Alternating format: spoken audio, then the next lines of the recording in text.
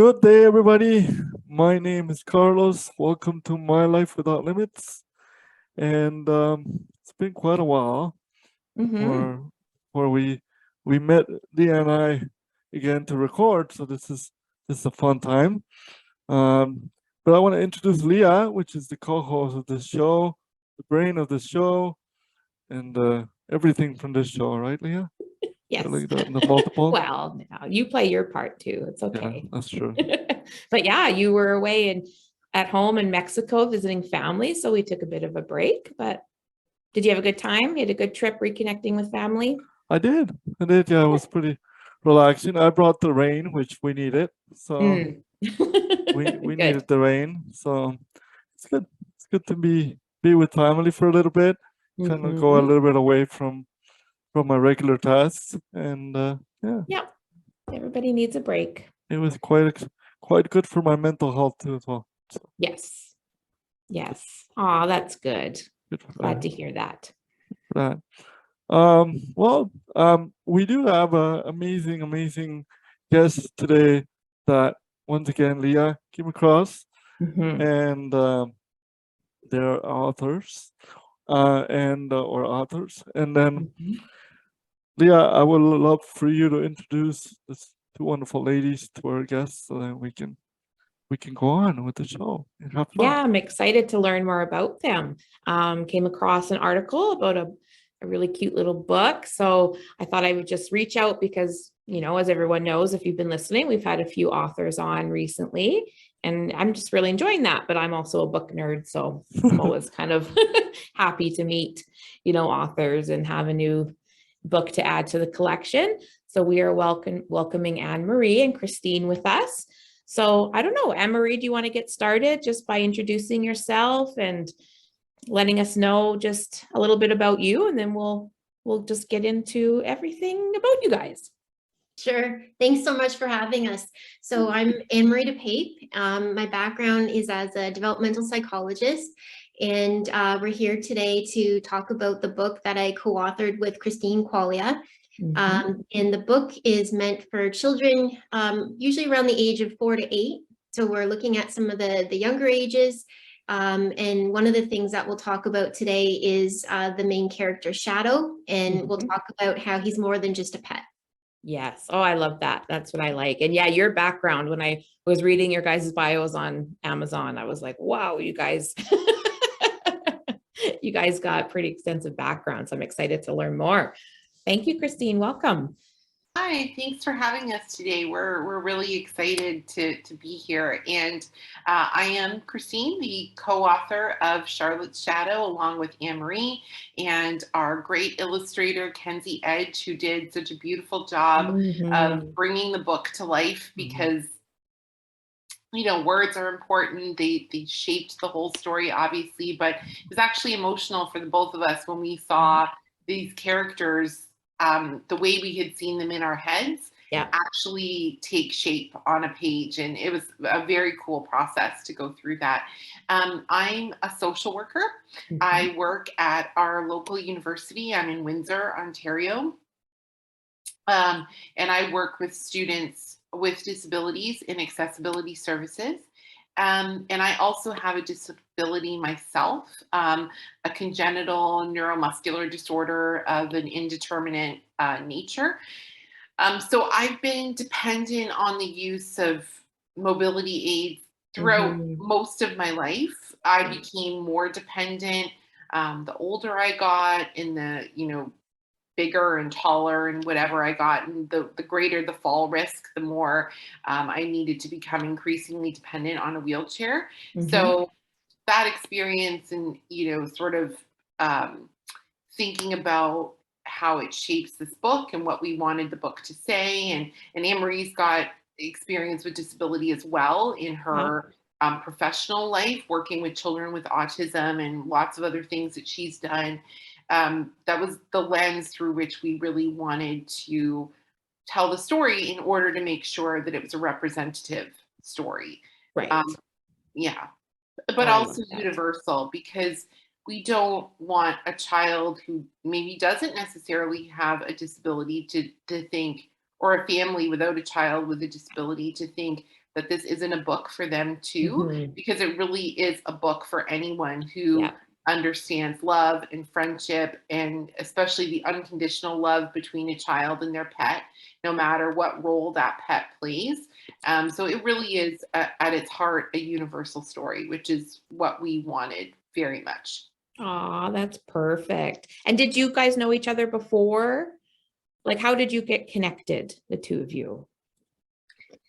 Yeah, so we met through the University of Windsor. So Right. Christine and I were both undergrads there. I was taking psychology. Christine was in English and psychology. So we overlapped in some of our courses and bonded through some of the experiences with midterms and some of the challenges that come from going to school. Mhm. And then from there, we've kept in touch ever since. I went on to get my PhD, and I lived in different cities than Christine. I'm currently in Tillsonburg, Ontario. So it's a friendship that's grown over the years. It's been over 20 Mhm. years.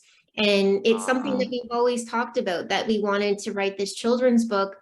And sort of oddly enough, with COVID, even though there's been so many challenges associated with the pandemic, it really gave us the opportunity to sit down and commit to the book that we've always talked about doing.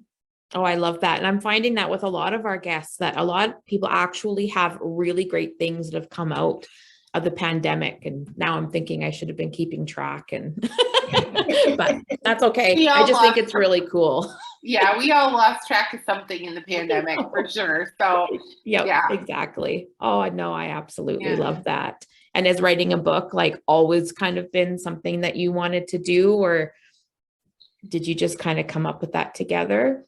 Well, to Anne Marie's point, like it's really interesting because for the bulk of our friendship, we've lived in different cities, and it Mhm. just really goes to show, like, it doesn't matter where you live if there's a bond and there's a friendship and even a family ship, because we've lived so much life together. Yeah.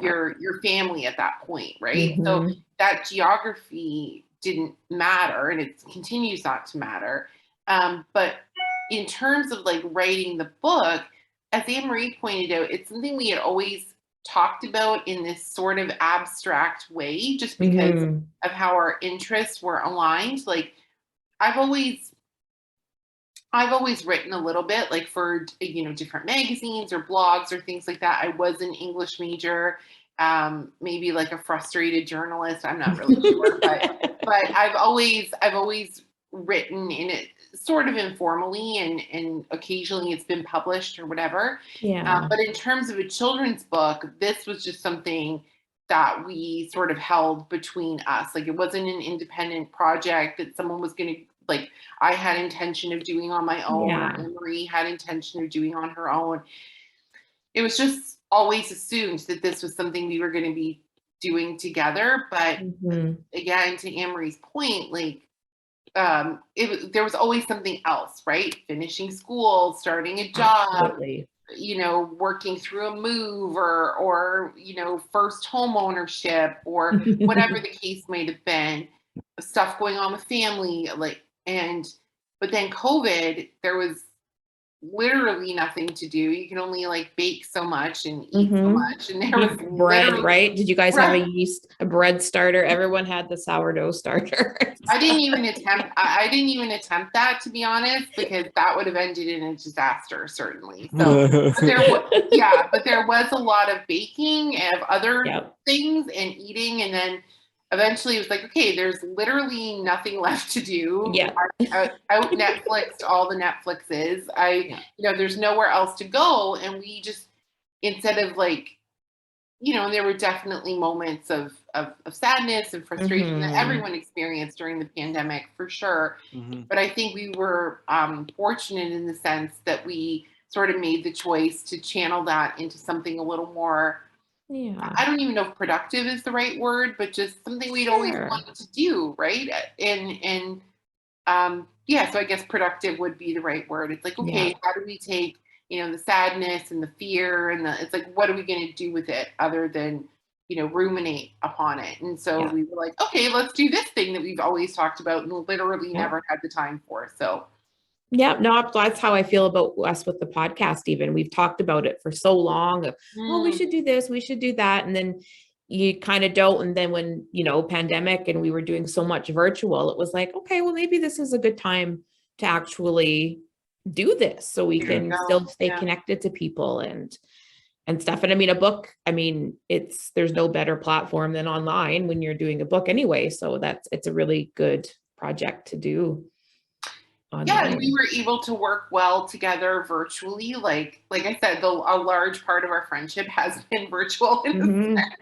So we had, and then, bringing Kenzie into the mix was a little bit of uncertainty because, like, Mhm. obviously we'd never worked with an illustrator before and we didn't know, but we really found our rhythm there too. And she would send us things and we would mark them up, and so that it all unfolded really nicely. We were pretty fortunate. Good.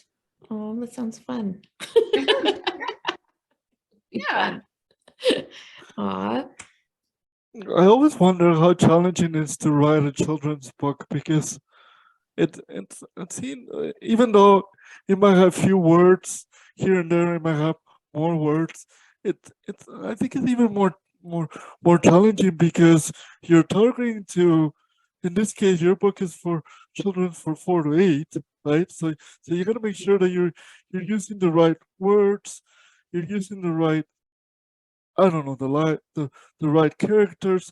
How challenging it was for you guys to write this book? Was there a time that you were like frustrated because you didn't know, you didn't know what else to say, or if you were saying the right things? Was it frustrating for you guys, or was it challenging, or was it easier for you guys to write this book?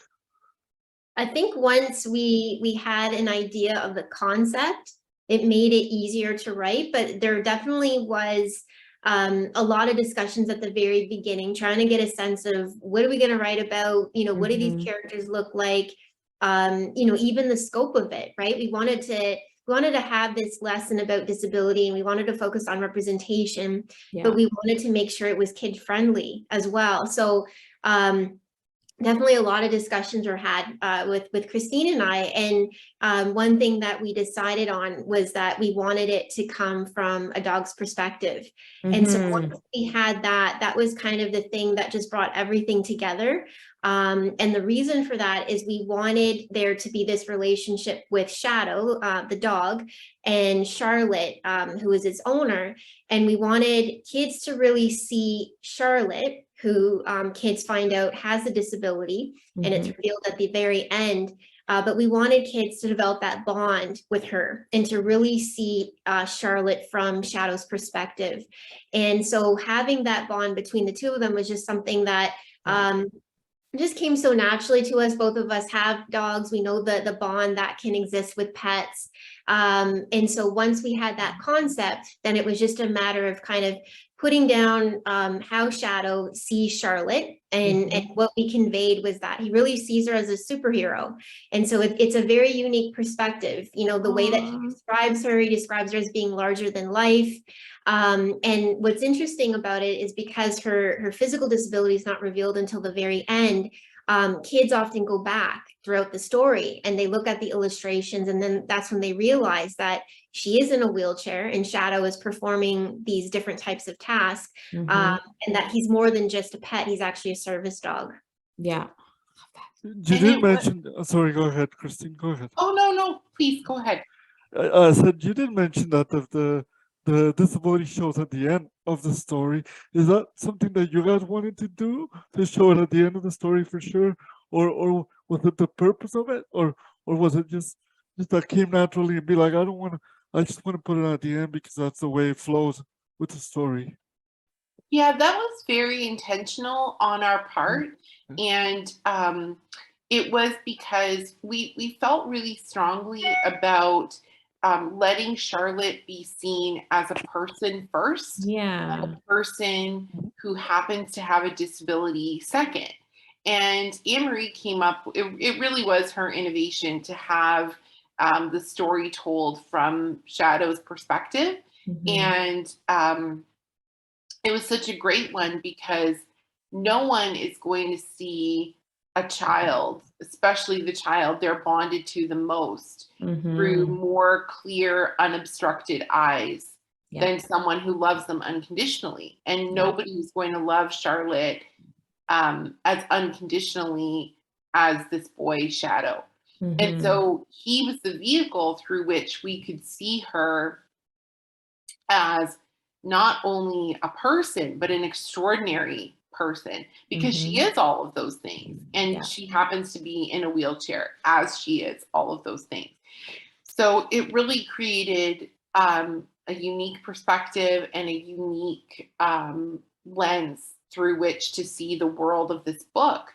And to have a narrator who is a dog was really kind of this just really neat twist in the book. Like, you don't see that very often.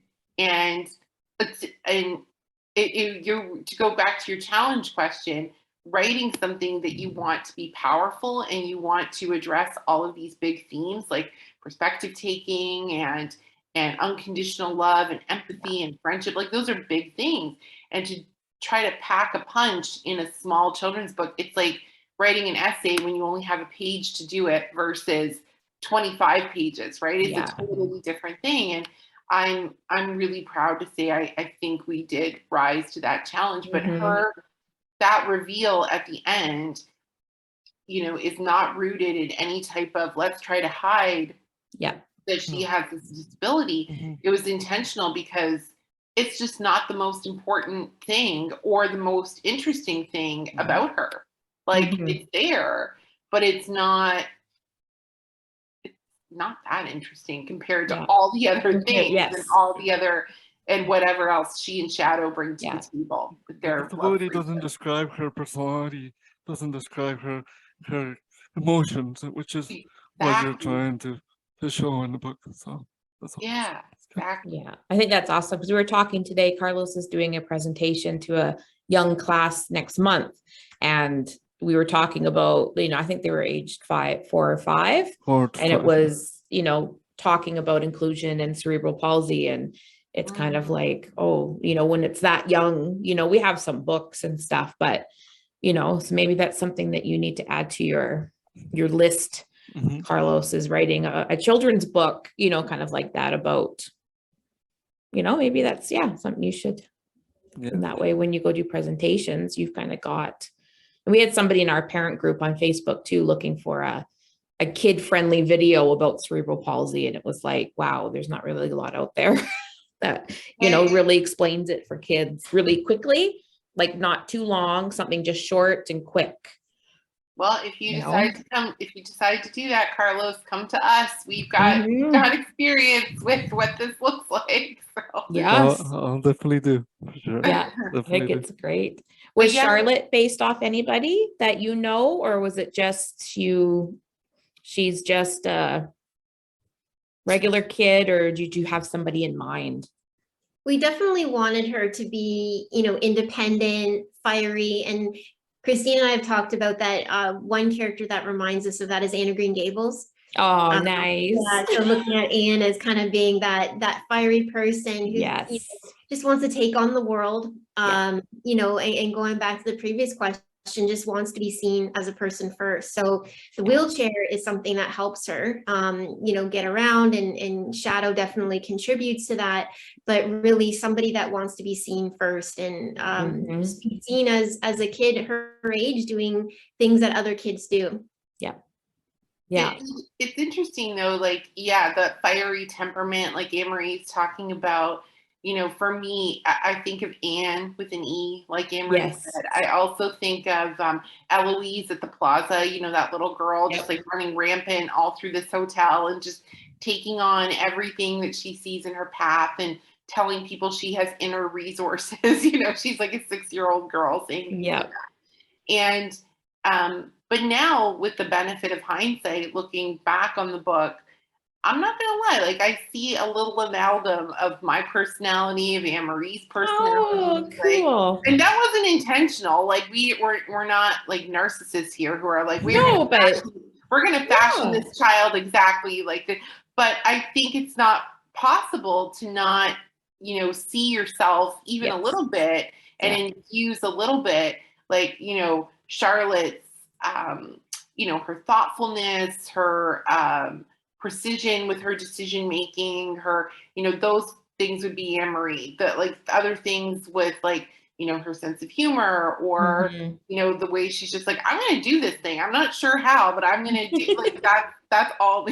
Right. So, Yep. so I think it's just kind of interesting and that really talks about how universal of a character she is, because Anne-Marie doesn't have any type of disability, and there's pieces of Charlotte in her, or vice versa. And the same goes for me, right?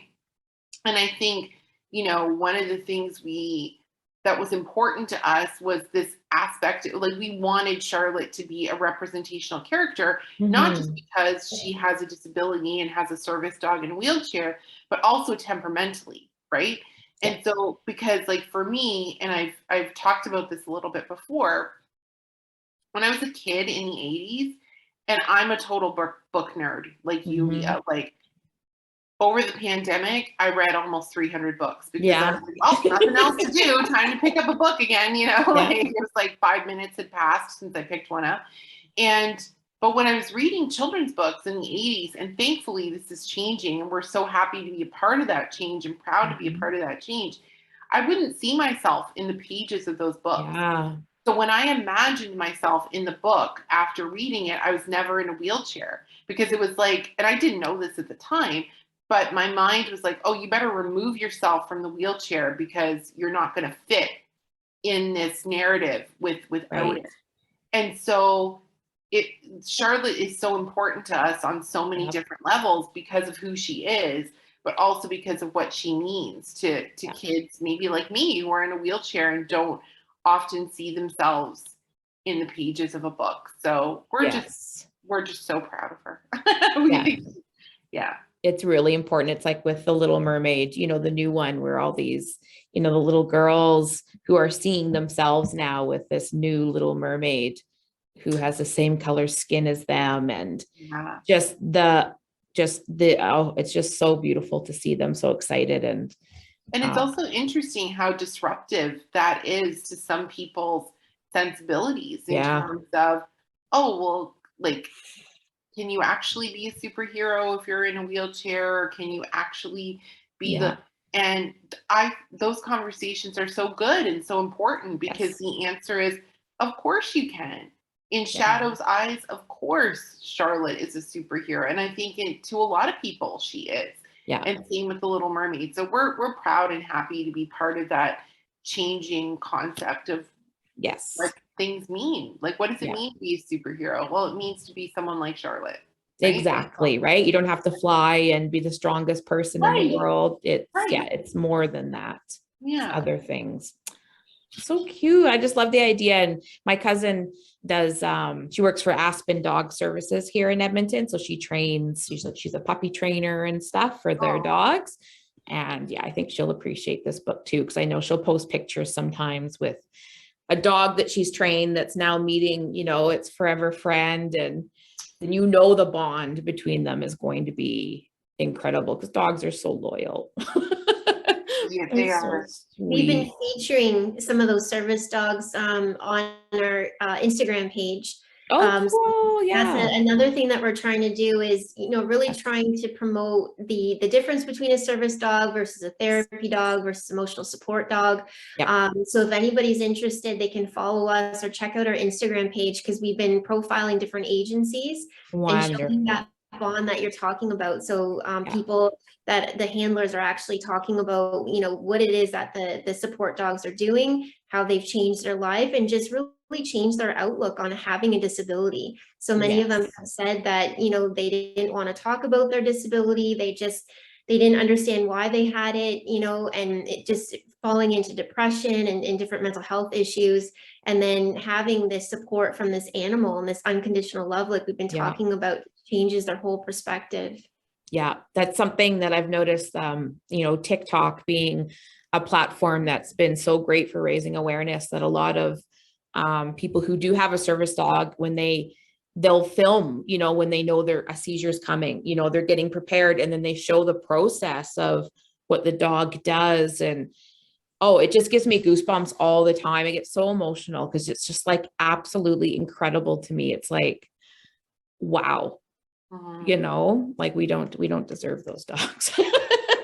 Well, the people who have them do, but man, and the people we're featuring, we really give them the space as well to share their own story, because we don't want to tell the stories for them. Like nobody's going to have insight into it like them. So they're telling us about their challenges and their successes. And like Anne-Marie said, like all the different aspects of what the dog does for them. And you know, it's such a neat learning aspect of our social media. And that's one of the things that social media is so great for, you know, whether it's TikTok or Instagram, if used correctly, it's such a powerful platform to really educate people.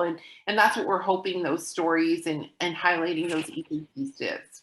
Yeah, it'll make a difference. We'll make sure that people know how to get connected so they can go and see that. We'll put all that info in the show notes and stuff, because I think that's important for them. For sure.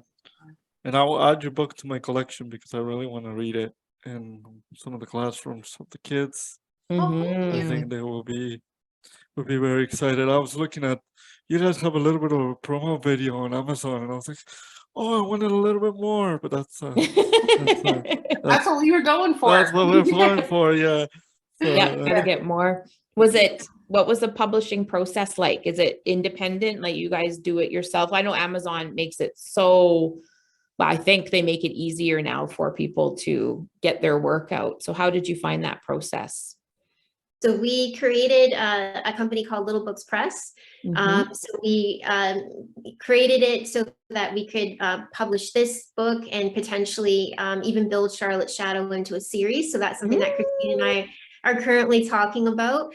She goes off to college. She goes, gets married. Oh my gosh. Hey, get out of our heads. No, I know, right? Yeah. So we just think there's so much support. Yeah. We published it ourselves, and then it's released on Amazon. So people can purchase it either in a hard copy or in an ebook. Yes. Awesome. That's good, because that's accessible as well. You know, people like that's good. A lot of our and our clients and stuff, they read through their iPads.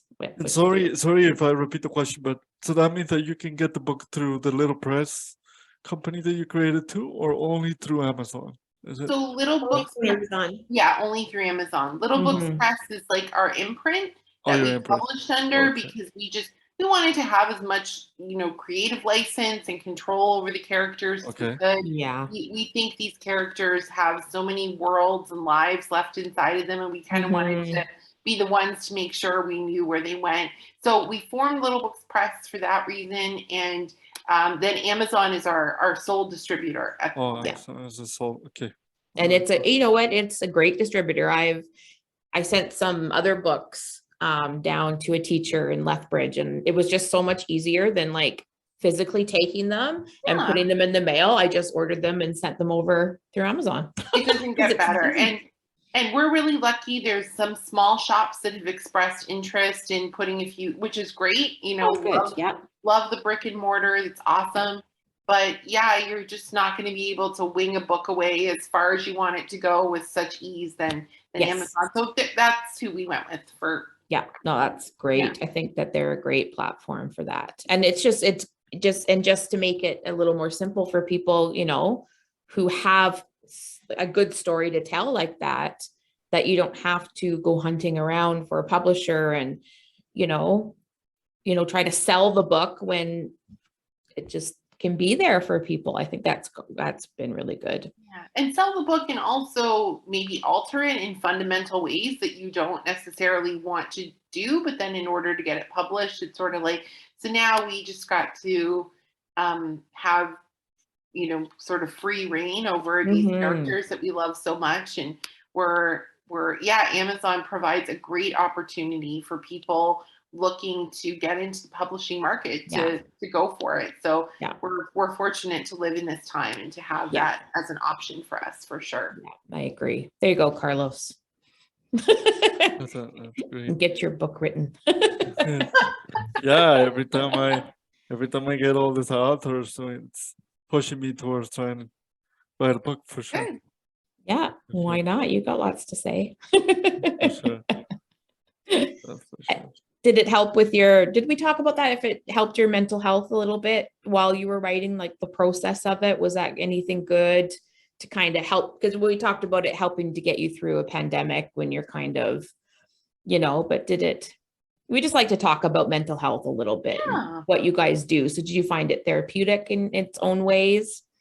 I think in general, I find writing therapeutic because one Yeah. of the things, I had a dusty old blog that I dusted off at the start of the pandemic because I'm Yeah. like, I have to channel all the things that I'm feeling and thinking about and certainly worrying about. Like I did feel my anxiety get ratcheted up a few Yeah. notches with, at the outset of the pandemic. And yeah, I think words, whether through reading or writing, have always been a very therapeutic and helpful Mhm. space for me. And certainly writing a children's book is Yeah. definitely going to, because it's playful and it's fun and it's joyful and it's humorless and it's humorous, humor, not yep. humorless. Sorry. And it can't not lessen any, maybe sadness you're feeling that day, or funkiness, or anxiety, or whatever. It was definitely a nice distraction, and it was a feel good thing. It felt good to do it for me. Yeah.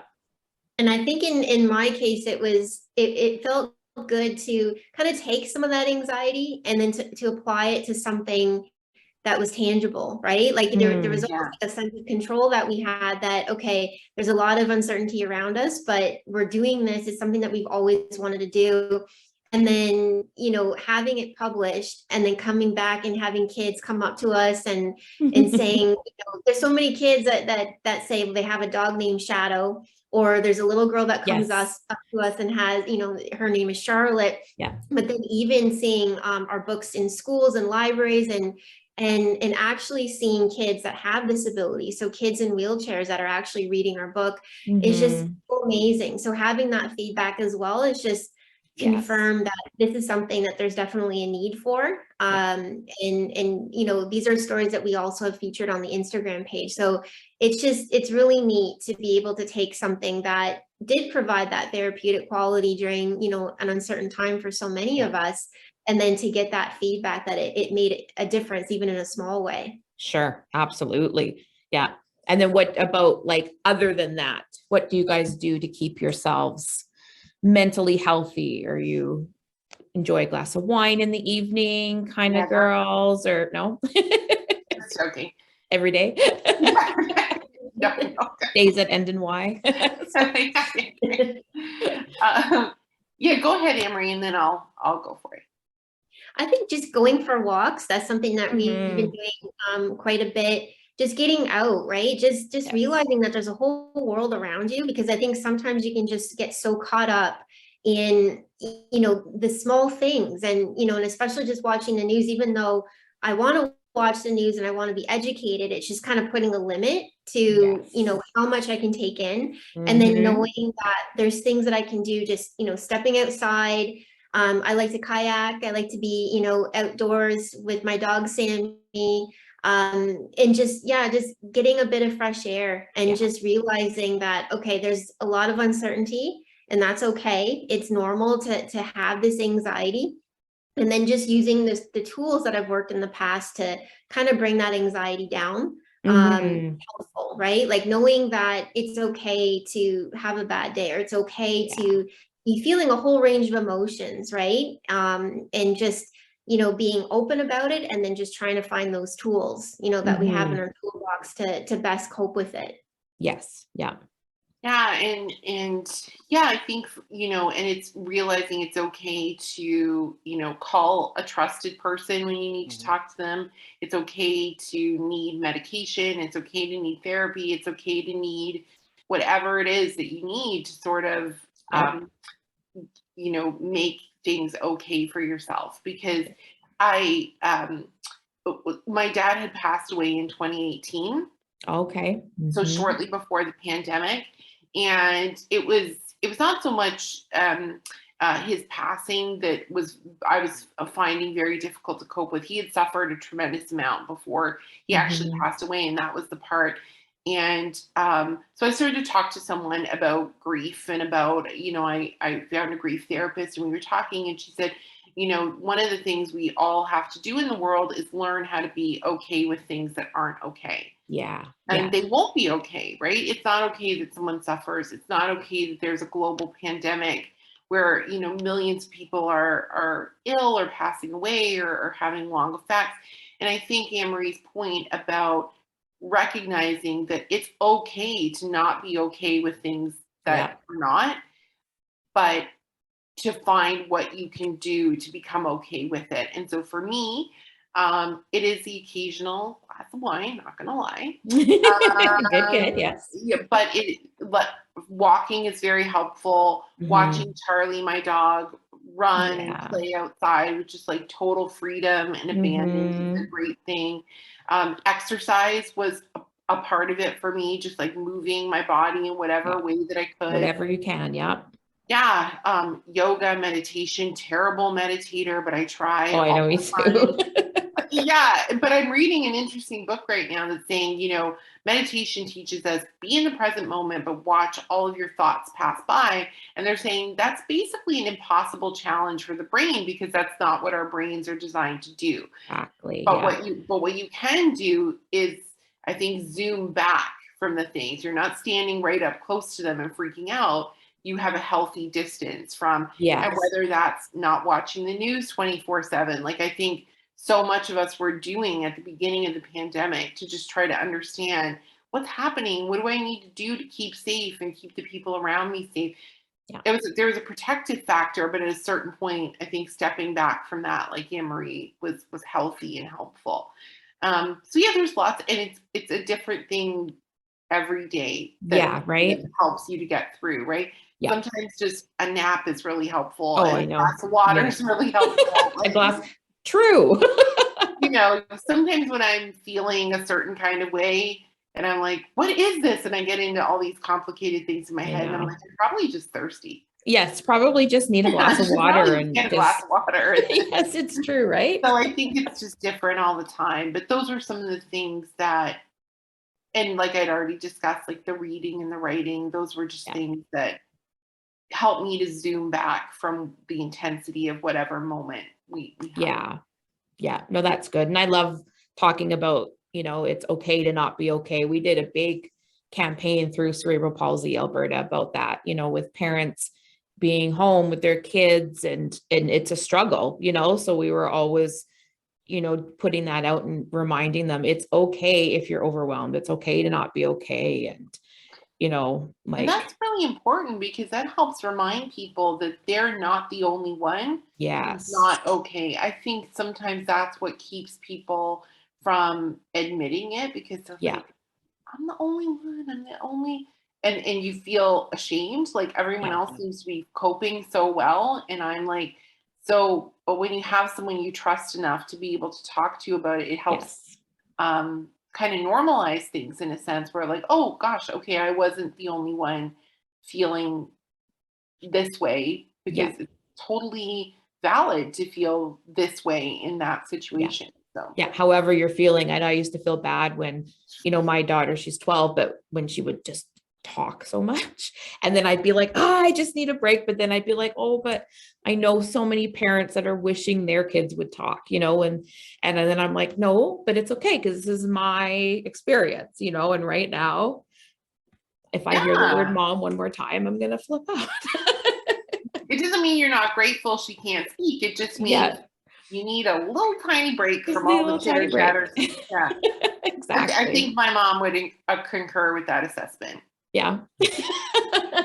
That's funny. Yep. And this is like, and Anne-Marie knows this story, but it's a very personal story. So we'll just keep it between you and your listeners. But Sure. my dad's literal last words to me on this earth were, "You talk too much." That was honest to God what he said to me. And it couldn't have been more perfect. I'm like, yeah, Yeah. but that That's tracked for me and our relationship. So it was good. That is so funny. My grandpa always used to say I was like a seagull. I'm going to swear, if I wasn't shitting, I was squawking, was what he always used to say. And I was like, yeah, okay, fine. I get Wow, it. Grandpa didn't hold back. Jeez. No. Okay. Oh, no. Yeah, no. Well, at least we know ourselves, and the people around us know it too. Exactly. So that's good. Own it. We own it. That's right. Yeah. Yeah. Carlos, do you have any more questions about the book or anything before we move on to our No, most think important it was, part? I think it was all the details are there. So thank you so much. So yeah, our podcast is called My Life Without Limits. So I'd like to hear from both of you what life without limits, because I would think that Shadow lives his life without limits. Charlotte probably lives her life without limits, and together they do that. So what does life without limits mean to both of you? And do you feel that you live a life without limits? That's a good question. Yeah. It is. It's a tricky one. It seems simple, but it's tricky. Yeah. Yeah. I think for me, in the ways that matter, I am limitless in terms of my free mind and my free heart and an open spirit. But for me, in a practical sense, like right here on earth, like those are big picture sort of things, right? Like you to be free in your own mind and your own heart and your own whatever. But for me, like in a practical sense, a life without limits means I understand what some of my limits are. Right. Yeah. And because I understand them, I can actually be free inside of my own life, right? Like I'm not going to think, I think neurosurgery would be a great option for me because I understand how my hands function, and that would be a limitation. And I also understand my intellectual capabilities, which would keep me from doing something. So it's really hard to feel free when you're in limitless, when you don't understand what some of your, and it's not a criticism of myself or anyone else. We all have limits, right? And so to understand them and to operate within your reality, I think allows you to be free. And that doesn't mean that there are times when someone said to me, you probably shouldn't do that thing. And I was like, oh, I'm going to do that thing because I knew I could, right? Like I knew if I pushed hard enough, I could do it. That's a form of being limitless too.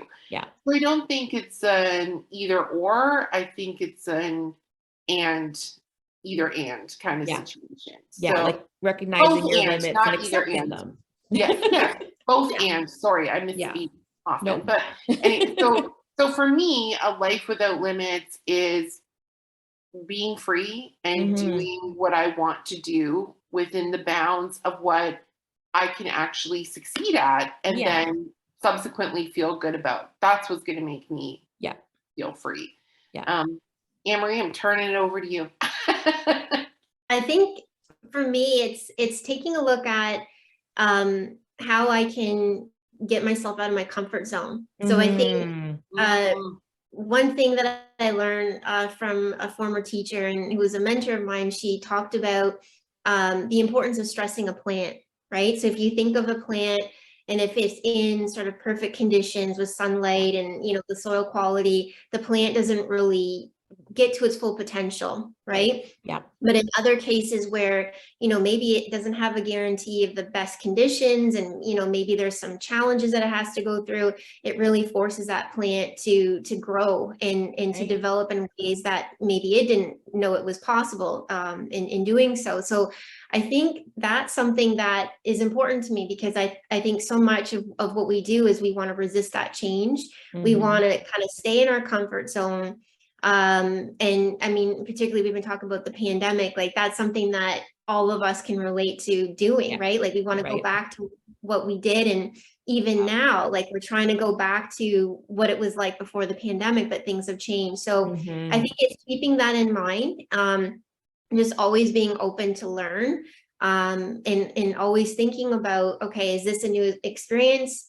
Is it creating that anxiety? Is it creating, you know, some discomfort, and how I can kind of push myself, you know, personally and professionally to get to where I need to be in order to grow, right? Because that's something that we should be doing every day. And it's not, you know, going to the extreme. It's just taking these little steps that we can take, and all of us can do it to improve. Yeah. I love everybody's answers. Everybody's just got such great views. Yeah. And there's no right or wrong, you know, in my opinion. But we're learning quite a lot from everybody about very what it different means. from everyone, and this one's very, very interesting as well. Very good. Yeah, that's great. No, thank you so much for being here. And you know, yeah, we'll make sure that we have links in the show notes to where people can get your book, and to your Instagram where they can learn a little more about service dogs. I think that's great. It's good to have all that out there. I remember when I first learned about, you know, leaving them alone, like, you know, like when you see a service dog or any dog, everybody's first instinct is to go to them. But I can remember when I first learned that, no, they're working, you know, that you can't bother them. They have a job to do. And if you go and distract them, they might not get to do what they're supposed to do. So I think all that kind of stuff is very important. Yeah, for people to know.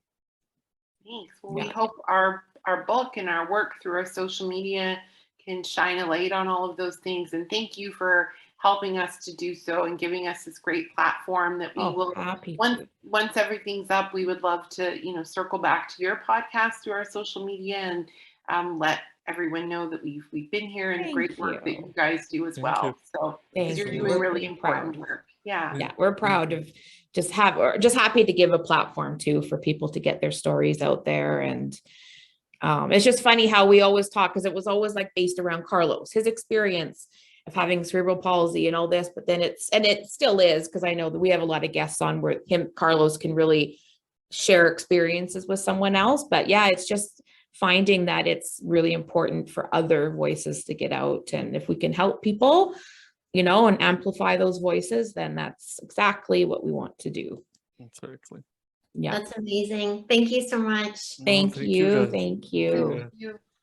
Thank you. Thank you again for coming. Thank you again for being advocates of our inclusion world that it should be, right?